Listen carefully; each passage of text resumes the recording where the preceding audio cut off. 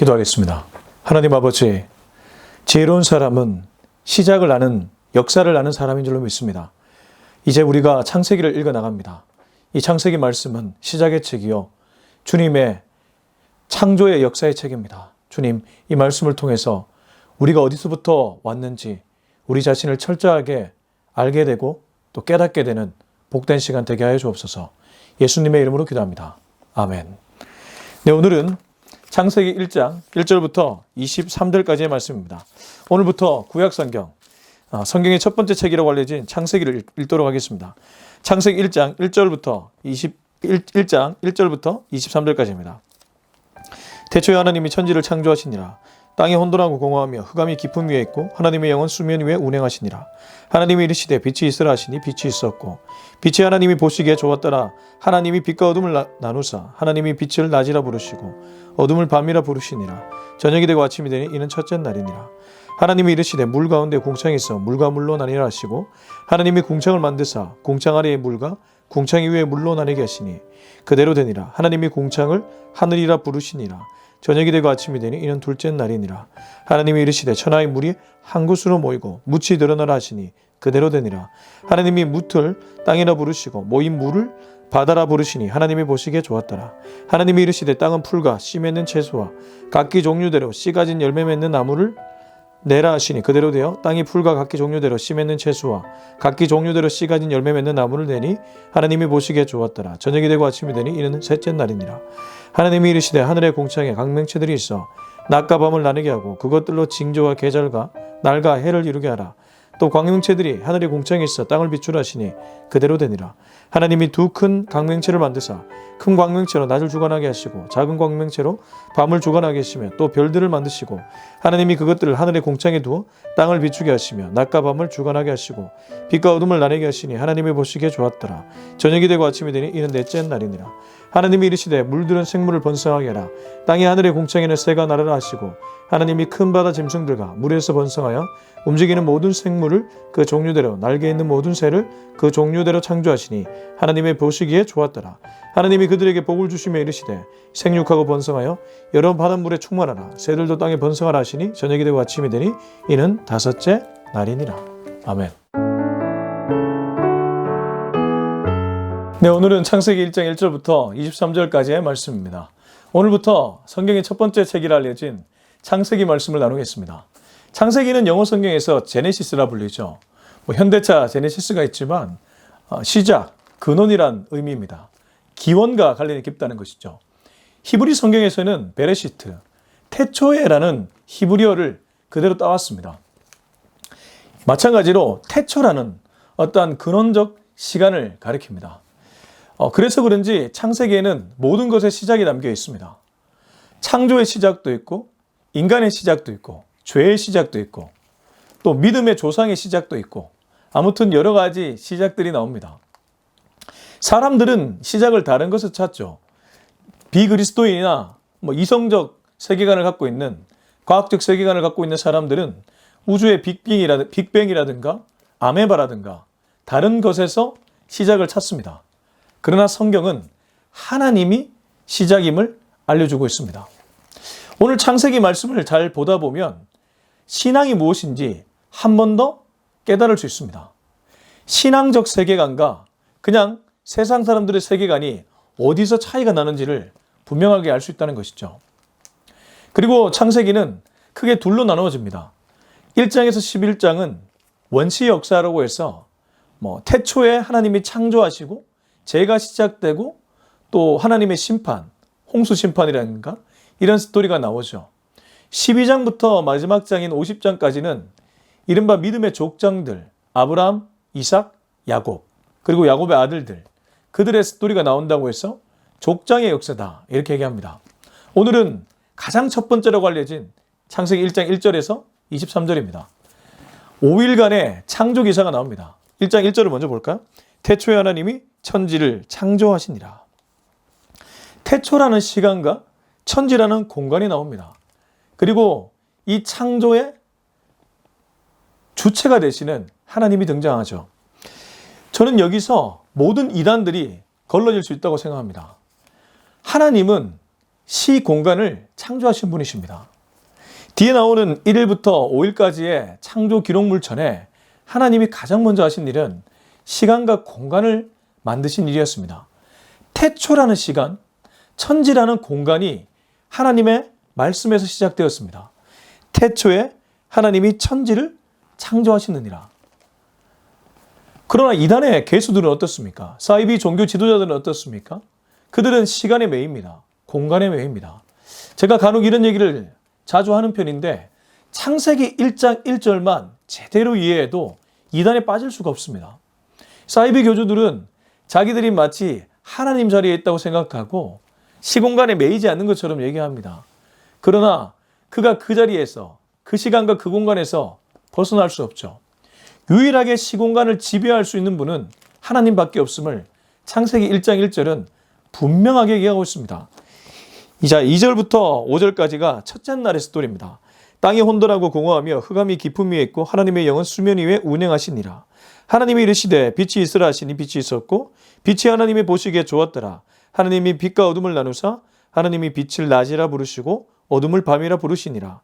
저녁이 되고 아침이 되니 이는 첫째 날이니라.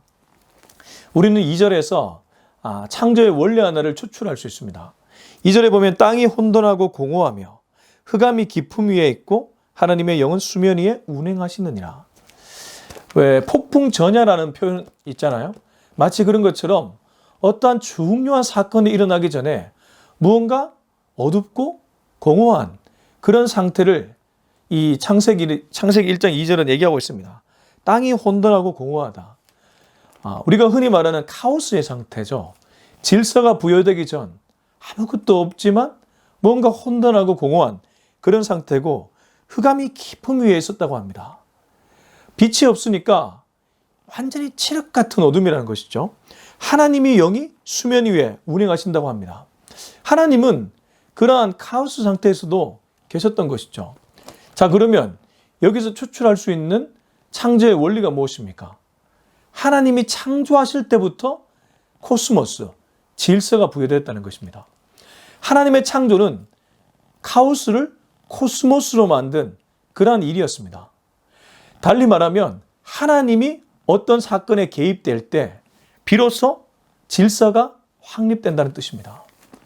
그러면 사단이 좋아하는 것이 무엇이겠습니까? 어둠의 영이 좋아하는 것은 무엇이겠습니까? 질서를 깨뜨리는 일입니다. 죄는 하나님과 인간 사이의 질서, 하나님과 인간 사이의 관계를 깨뜨렸습니다. 사단 마귀가 좋아하는 것이 질서를 무너뜨리는 일입니다. 저는 이 시대에 가장 걱정되는 것 중에 하나가 하나님이 만드신 성경적 질서가 계속 어긋나가는 것입니다. 순리를 쓸 것을 영리로 쓰는 것을 가리킵니다. 많은 사람들이 인권이라는 미명하에 순리를 영리로 바꾸는 경우가 있습니다. 그리고 권위라는 것을 부정합니다. 정당한 권위는 존중받아야 되는데 권위 자체를 해체하려고 하는 것이죠. 해체라는 단어 자체가 가지는 무서운 힘이 있습니다. 권위를 나쁜 것으로 몰아가기 때문입니다. 아빠의 권위는 존중받아야 됩니다. 마찬가지로 엄마의 권위도 존중받아야 됩니다. 그런데 권위라는 말 자체를 부정적 느낌이 들도록 만들고 해체시켜버리는 것이죠. 그러면 어떤 일이 벌어집니까?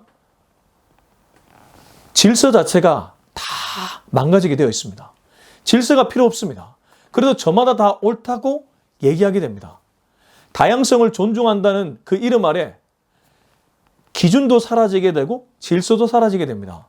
자, 이런 얘기하면 굉장히 꼰대스러워 보이지만 하나님은 분명히 땅이 공허한 흑암이 깊은 위에 있는 상태에서 창조하셨습니다. 한 번 더 2절 읽어보겠습니다. 땅이 혼돈하고 공허하며 흑암이 깊음 위에 있고 하나님의 영은 수면 위에 행하시니라. 그리고 나서 3절에 하나님이 이르시되, 옛날 성경 버전은 하나님이 가라사대 빛이 있으라 하시니 빛이 있었고, 이 상태에서 빛이 생기기 시작합니다. 그리고 이제 창조의 두 번째 원리가 나오죠. 3절에 하나님이 이르시되, 하나님이 말씀으로 세상을 창조하셨다는 것입니다. 요한복음을 한번 가볼까요? 요한복음 1장 1절 보면 태초에 말씀이 계시니라. 이 말씀이 하나님과 함께 계셨으니 이 말씀은 곧 하나님이시니라. 하나님 이꼴 말씀이라는 겁니다. 요한복음 표현에 따르면 로고스죠. 하나님이 곧 말씀이고 하나님은 그 말씀으로서 세상을 창조하셨습니다. 하나님이 이르시되 빛이 있으라 하시니 빛이 있었다. 그래서 하나님의 창조 원리 두 번째는 말씀으로 창조하셨다. 첫 번째가 혼돈과 무질서를 질서로 바꾸신 것이 창조였다면 두 번째는 하나님의 말씀이 곧 창조라는 것입니다. 다르게 표현하면 하나님의 창조 역사로 기의한다는 것은 말씀으로 돌아감을 얘기합니다. 왜 그리스도인이 말씀을 끊임없이 묵상해야 됩니까? 주야로 율법을 묵상해야 됩니까? 말씀으로 돌아가지 않으면 우리는 하나님의 창조로 돌아가지 않기 때문입니다. 창조 원리로 돌아간다는 것은 말씀으로 돌아간다는 뜻입니다. 그리고 여기서 빛이 있으라 하시니 빛이 있었다는 표현. 과학적으로 설명이 되지 않죠. 과학이라는 것은 어떤 인과관계입니다. A가 있고 B가 있고 A와 B 사이에 원인과 결과가 있을 때 C가 나타나게 된다는 것이죠. 근데 하나님은 빛이 있으라고 그냥 선포하셨습니다. 선언하셨습니다. 일방적 선포요, 일방적 선언입니다. 그래서 우리가 쌍방향 소통, 양방향 소통이라는 표현을 많이 쓰는데 하나님의 창조는 일방적인 선포였습니다. 성경을 읽을 때 우리가 유의해야 될 것 중에 하나가 이해되어야지 믿는다. 아니요. 믿음이 있고 그 다음에 이해가 따릅니다. 창조를 보면 하나님의 선포가 있고 그 다음에 결과가 생겼습니다. 빛이 있으라 했을 때 빛이 생겼습니다. 바다가 있으라 했을 때 바다가 생겼습니다. 생기가 들어가라 했을 때 생기가 들어갔습니다. 어떻게 하면 생기가 들어갈까? A와 B를 조합해서 생기를 만들어 볼까? 그거는 인간의 생각입니다. 하나님이 창조할 때 창조 원리는 선포였습니다. 선언이었습니다. 그래서 설교는 타협하는 시간이 아닙니다. 하나님의 말씀을 대언하는 시간이고 선포하는 시간이죠. 이걸 캐리그마라고 얘기합니다. 선포하는 것이죠. 설명이 아니라 선언하는 것입니다. 하나님은 이 땅을 창조하셨습니다. 여기에 아멘 하느냐, 아멘 하지 못하느냐, 이 두 가지의 반응만 있을 뿐입니다. 그리스도인은 아멘으로 반응하는 사람들이죠.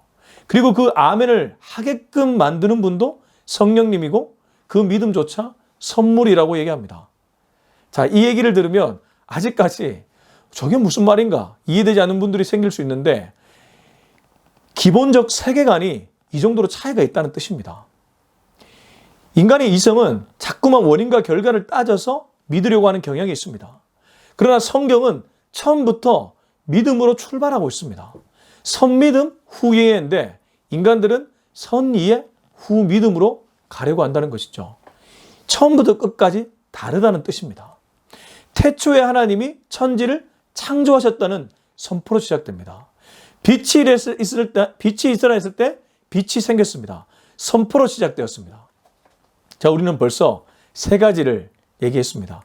첫 번째는 무질서를 질서로 만드신 하나님. 그래서 창조로 돌아간다는 것은 질서로 돌아간다는 뜻과 똑같습니다. 두 번째는 하나님은 말씀으로 창조하셨습니다. 하나님이 이르시되 하나님의 말씀이 곧 창조였습니다. 창조 원리로 돌아간다는 것, 하나님께로 돌아간다는 것은 말씀으로 돌아간다는 뜻입니다. 세 번째는 하나님은 소통이 아니라 선포로 창조하셨습니다. 선언이었습니다.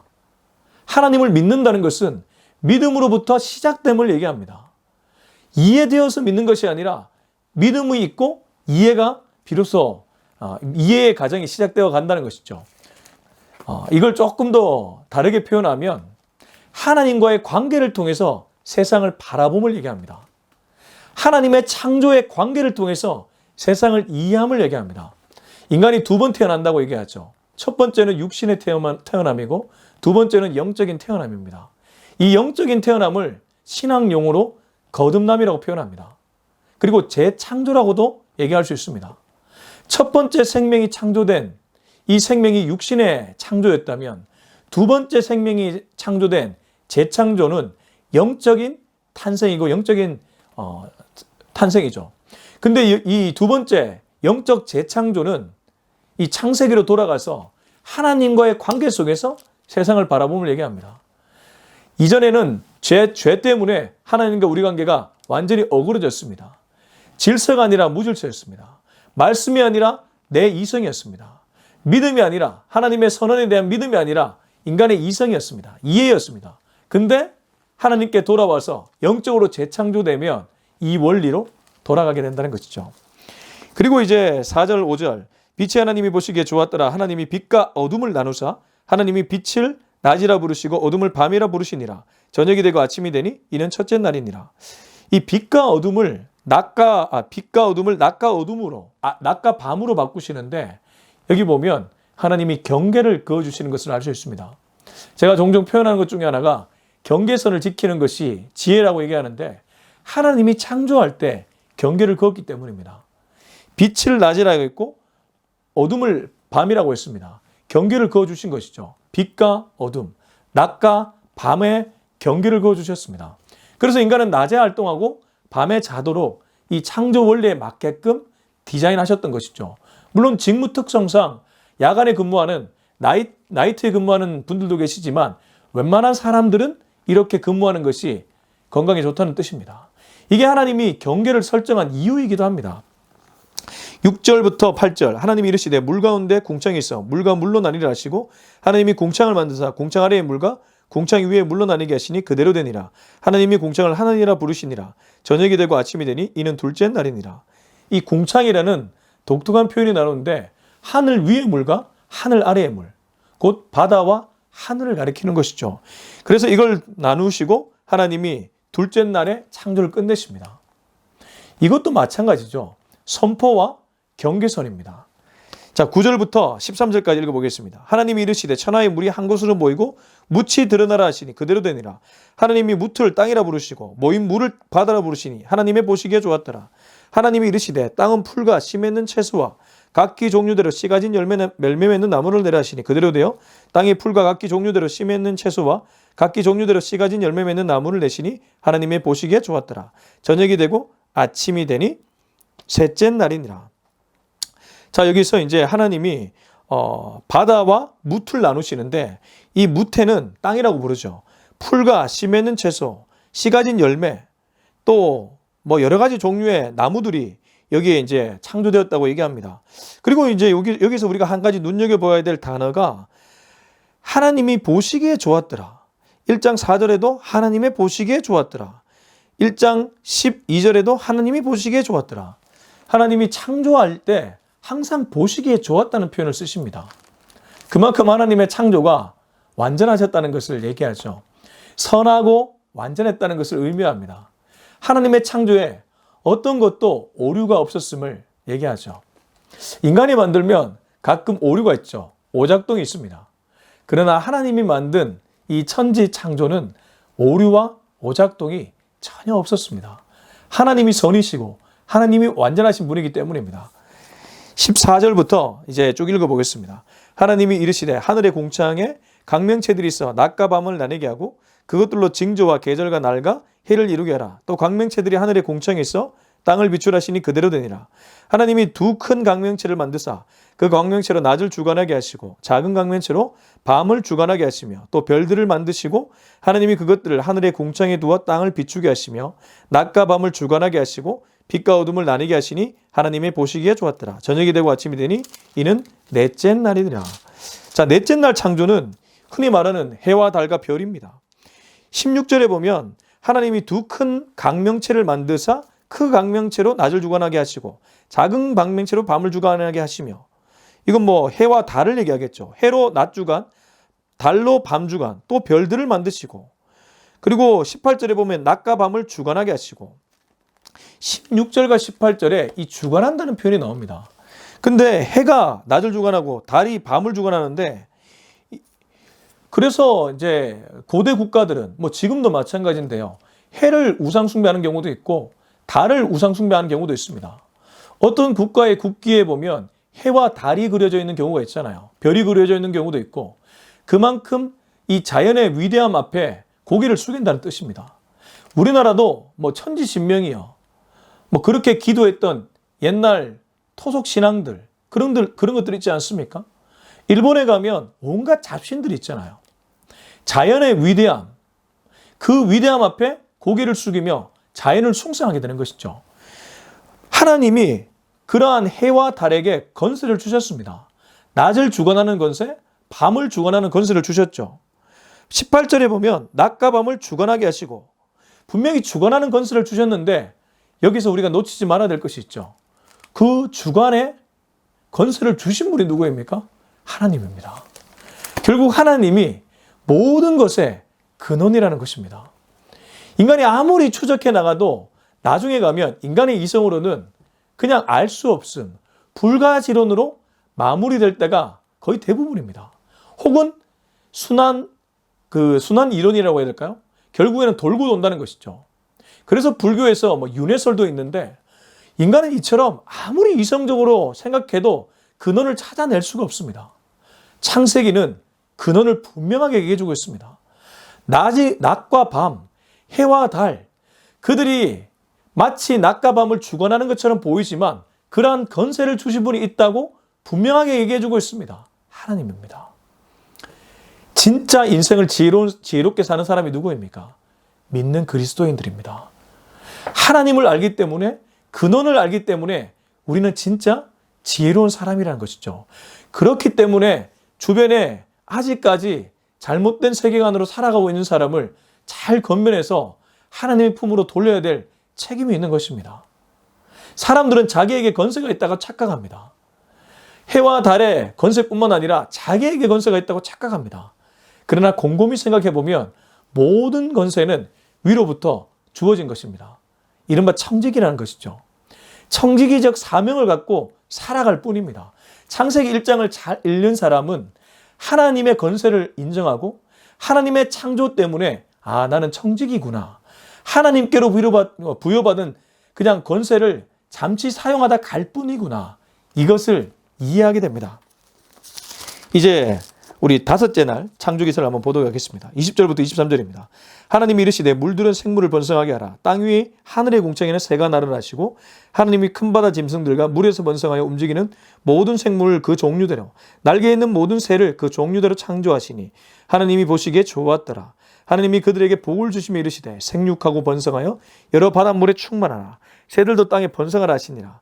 저녁이 되고 아침이 되니 이는 다섯째 날이니라. 자, 드디어 하나님이 이제 다섯째 인간 창조 전에 웬만한 창조를 끝내는 그러한 창조의 이벤트를 보여주고 있습니다. 우선 이 다섯 번째 창조에서 눈에 이제 띄는 것은 그 종류대로 창조했다는 게 나옵니다. 굉장히 디테일이 느껴지죠. 그래서 창세기, 이 창조기사에는 하나님의 스케일과 하나님의 디테일이 함께 드러납니다. 한글로 표현하면 하나님의 넓음과 하나님의 깊음입니다. 좌우로 엄청난 스케일을 보여주시고 또 아래로 엄청난 깊음, 디테일을 보여주신다는 것이죠. 하나님이 모든 생물의 종류대로 날개 있는 모든 새를 그 종류대로 창조하셨습니다. 그래서 인간에게도 이러한 창조적 영감이 있습니다. 하나님의 스케일과 하나님의 디테일이 인간에게도 있다는 것이죠. 그거를 개발하며 사는 것이 우리가 이 땅을 살아가면서 해야 될 마땅한 책임이라는 것입니다. 22절에서 하나님이 그들에게 복을 주셨고 생육하고 번성하여 바닷물에 충만하고 땅에 번성하라고 얘기합니다. 이른바 자신이 할 일에 최선을 다하라는 메시지로도 읽을 수 있습니다. 하늘에 나는 새는 하늘에 충만하고 땅에 있는 짐승들은 땅에 충만하고 인간은 인간대로, 새는 새대로, 짐승은 짐승대로 자기의 할 역할들이 있다는 것이죠. 경계선을 그어주시고 그 역할에 최선을 다하라고 얘기했습니다. 그리고 하나님이 그들에게 복을 주셨다고 얘기합니다. 진짜 복의 근원도 하나님이라는 것이죠. 하나님으로부터 복받고 시작되었다는 뜻입니다. 달리 말하면 영적으로 재창조되는 순간 우리는 다시 한번 그 복으로 시작되었다는 뜻입니다. 첫 번째 하나님이 창조할 때 그 복이 흘러 들어왔다면 다시 우리가 재창조될 때 이 복이 흘러온다는 뜻입니다. 복의 근원이 된다는 뜻이기도 합니다. 이 창세기를 봐야지 우리가 누구인지를 알 수 있습니다. 창세기를 봐야지 하나님이 누구인지를 알 수 있습니다. 그래서 제가 좋아하고 존경하는 우리 조정민 목사님은 시작에서 답을 찾다 이러한 책도 내셨습니다. 시작이라는 창세기에서 인간이 또 하나님이 누구신지에 대한 답을 찾게 되었다는 뜻입니다. 여러분, 무엇 때문에 헤매고 계십니까? 무엇 때문에 어려워하십니까? 창세기를 읽으면서 여러분의 문제에 대한 답을, 그 답의 근원을 발견하셨으면 좋겠습니다. 영적 솔루션이 창세기에 있습니다. 이 창세기를 통해서 우리 영혼이 새로워지고 영적으로 완전히 거듭나 하나님의 창조로, 영적 창조로 돌아갈 수 있는 저와 여러분이 될 수 있길 예수님의 이름으로 축원합니다. 기도하겠습니다. 이 시간 기도할 때 하나님께 이렇게 한번 기도했으면 좋겠습니다. 주님, 이 세상이 죄악 때문에 상당히, 완전히 억울해져 있습니다. 나도 주님 믿기 전에는 삐뚤어지고 어그러진 그런 상태였습니다. 그러나 주님 알게 되고 주님 믿게 되고 모든 것이 0점 재조정이 되었습니다. 이 세상에 아직도 어둠 속에 방황하는 이들이 많이 있습니다. 0점 재조정을 받아야 될 영혼들이 너무나 많이 있습니다. 그들을 섬기며 그들을 주님의 품으로 인도하는 데 쓰임받는 인생 되게 하여 주시옵소서. 그리고 주님께 올곧게 서서 주님이 바라보는 세계관으로 이 세상을 볼 수 있도록 주님 도와주시옵소서. 우리 이 기도 제목 가지고 주님 이름 한번 찾고 간절히 기도하도록 하겠습니다. 주여! 아버지 하나님, 오늘도 창세기 1장 말씀을 통해서 하나님이 어떻게 이 세상을 창조하셨는지 알게 되었습니다. 하나님을 알아야지 우리 자신을 알 수 있다는 분명한 생각이 듭니다. 창세기 1장 1절은 태초에 하나님이 천지를 창조하셨다는 선포로 시작되었습니다. 시간과 공간에 매인 우리 인간들, 이단의 괴수들도, 사이비 종교의 지도자들도 전부 시공간에 매여 있는데 유일하게 하나님만이 시공간의 지배자시고 창조의 근원 되시는 분입니다. 주여, 이 사실을 놓치지 않는 우리가 되게 하시고 이거 한 구절 때문에 이단에 빠진 영혼들이 주님의 품으로 돌아오는 역사가 일어나게 하여 주시옵소서. 하나님, 0점 재조정이 되지 않아서 여전히 어둠 속에 방황하는 이들이 많이 있습니다. 어둠과 낮을 주관하는 건세를 주신 분이 하나님인데 그 건세가 있는 사람들에게 혹은 사물에게 혹은 자연에게 숭배하고 숭상하는 사람들이 너무나 많이 있습니다. 저들의 눈을 돌리고 저들의 마음을 돌리고 저들의 생각을 돌려서 주님께로 인도하여 주시옵소서. 우리가 그 일에 쓰임받을 수 있기를 원합니다. 우리를 그렇게 사용하여 주시옵소서. 이제는 우리 주 예수 그리스도의 은혜와 하나님의 극진하신 사랑과 성령의 충만하심이 오늘 이 창세기 첫 장의 스토리를 통해 인생을 하나님 중심적 세계관으로 바라보기로 다짐하는 우리 모두의 머리 위에 지금부터 영원토록 함께하기를 간절히 축원하옵나이다. 아멘.